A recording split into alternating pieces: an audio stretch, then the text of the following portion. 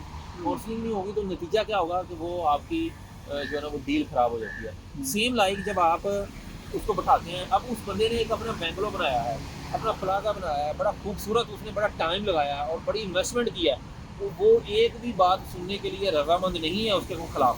ٹھیک ہے جی. جب ہم گفتگو کرتے ہیں ہم نے اس کی پازیٹیو چیزیں آگے فلو کرنی ہے اور اس کی پازیٹیو فلو کرنی ہے. نیگیٹو کو ہم نے ایز اے وی آر دا برج, ہم ایک پل ہیں, اس پل کے اوپر ہم نے وہ ٹریفک نہیں آنے دینی کہ جو نیگیٹو ٹریفک ہے, جو رانگ ٹریفک ہے. ہم اس پل کا کردار ادا کر رہے ہوتے ہیں کہ جب ہم اس پل کا کردار ادا کرتے ہیں تو ہم نے اس کی بھی نیگیٹو چیزیں ہائڈ کر لینی, اس کی بھی نیگیٹو ہائڈ کر لینی ہے, تو دونوں کو پھر آ کے ہم نے گلے ملانا ہے. یہ ایک ریئل اسٹیٹ کنسلٹنٹ کا کام ہے, یہ ایک ایجنٹ کا کام ہے, یہ ایک جو بھی پراپرٹی کا کام کرتا ہے یہ اس کا پراپرٹی ڈیلر کا کام ہے. تو اس بات پہ جو لوگ دینے یا بیچنے والے ہیں مجھے سن رہے ہیں تو ان سے ریکویسٹ ہے, آپ دیکھیں آپ عدالتوں میں جائیں نا, کوئی کیس لگاؤ, چاہے آپ کے سگے بھائی کے ساتھ ہی کوئی پراپرٹی کا لین دین ہو, کیس لگاؤ تو وکیل بول رہا ہوتا ہے, جج آپ کو نہیں بولنے دیتا, نہ ملزم کو بولنے دیتا ہے نہ مدعی کو بولنے دیتا, دونوں کی طرف سے کیا ہوتا ہے وکیل بول رہے ہوتے ہیں. تو why in the property we are the lawyer of your property, we are the doctor of your property. تو جب ہم آپ کے لائر ہیں تو آپ ہمیں خدمت کا موقع دیں, ہمیں بولنے دیں, ہم جا کے کس لحاظ سے کس طریقے سے ڈیل کو کلوز کرنا ہے سارے ایجنٹس نے, یہ چیز ہوتی ہے. اور دوسری چیز یہ ایک بہت ہی سچویشن خراب ہے کہ ہمارے بھائیوں نے خراب کی ہوئی ہے. ٹوکن میں نہ لیا, ڈیل نہیں ہوئی, 2-4 دفعہ فون نہیں اٹھایا, اس نے 10,000 دیا, وہ کہتا 10,000 کے لیے میں وہاں جاؤں گا وہاں جاؤں گا. تو یہ مارکیٹ خراب کی ہوئی ہے. تو یہ خدارا میں اپنے ڈیلر بھائی جو ہیں, ہمارے پراپرٹی کنسلٹنٹ ہے, کوئی بھی ہے, میں سب کو نہیں کہتا, ایک مچھلی سب تالاب کو گندا کرتی ہے. جب ہم پاکستان سے باہر جاتے ہیں تو وہاں جا کے پاکستانیوں کی رسپیکٹ کیوں نہیں ہوتی, وہ کہتے ہیں پاکستانی غلط ہے. یار میں تو غلط نہیں ہوں, آپ غلط نہیں ہیں, یہ غلط نہیں ہے, وہ صاحب غلط نہیں ہے, لیبل لا کے پاکستانی غلط ہے. اب وہ لوگ کہتے ہیں کہ پراپرٹی ڈیلر بیانہ کھا جاتے ہیں, تو یہ ہمیں سوچنا ہے کہ ہماری یونٹی ہو. اگر ایک بندہ کہتا ہے نا فلاں دوست نے فلاں پراپرٹی ڈیلر نے بیانہ کھایا, تو اس کو پازیٹیو وے میں خود جا کے سیپریٹ اس سے میٹنگ کریں کہ بھائی جان یہ پریکٹس اچھی نہیں ہے, برائے کرم ہماری کمیونٹی خراب ہو رہی ہے, ہماری کمیونٹی جو ہے نا وہ بدنام ہوتی ہے, اس پریکٹس سے بچیں. تو یہ اس کو ہم آپس میں کاؤنسلنگ کر کے اس کام کو ہم بچا سکتے ہیں. باقی کچھ چیزیں کلائنٹ کی بھی ہوتی ہیں, وہ خام میں ہی اس کی اپنے ذہن کا کوئی خوف ہوتا ہے, وہ ڈال رہا ہوتا ہے ہمارے بھائیوں پہ. ہمارے بھائی اتنے بھی برے نہیں ہیں, ریئل اسٹیٹ کنسلٹنٹ اتنے برے نہیں ہیں کہ سارے بیانہ کھاتے ہوں. مطلب 3,000 ایجنٹ اگر ہو گئے تو 3,000 میں کوئی 30 بندے ایسے ہوں گے جو کھا لیتے ہوں گے, تو وہ 3,000 باقی جو 2970 ہیں وہ تو ٹھیک ہے. بہت شکریہ جناب, بہت اچھے طریقے سے آپ نے ایکسپلین کیا. ماضی کے ساتھ آخری کوشچن کرنا چاہوں گا آپ سے.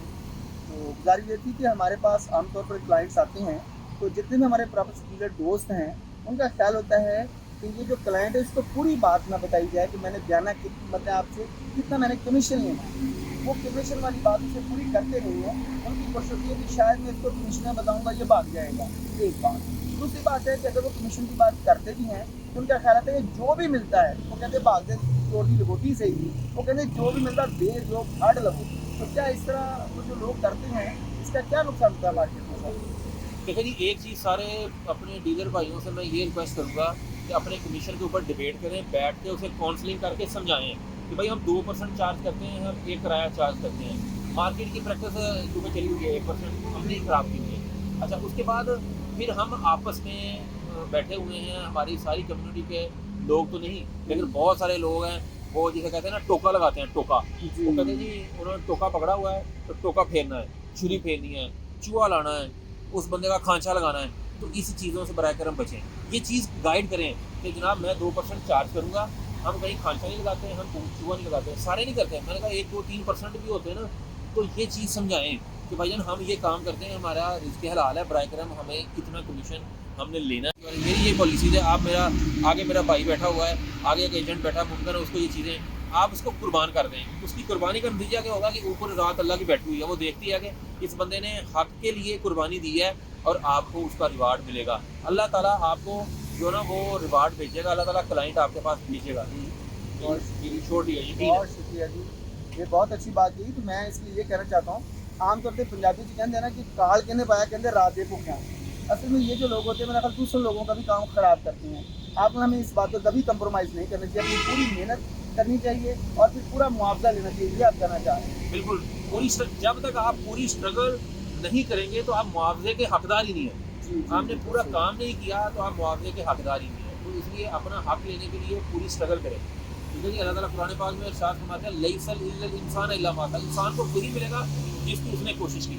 جب آپ کوشش پوری اس کی توجہ کے ساتھ کریں گے، پوری اس پہ جان جوخم لگائیں گے، تو تب you have the right to take your incentive. ماشاء اللہ جی، بہت بہت شکریہ. آپ نے Thank you. ہمارے کنفیوژن جو ہیں دور کیے، اور میں امید کرتا ہوں کہ میرے باقی جتنے پراپرٹی بزنس بھائی ہیں ان کو بھی اس سے بہت سارا اس کا فائدہ ہوگا.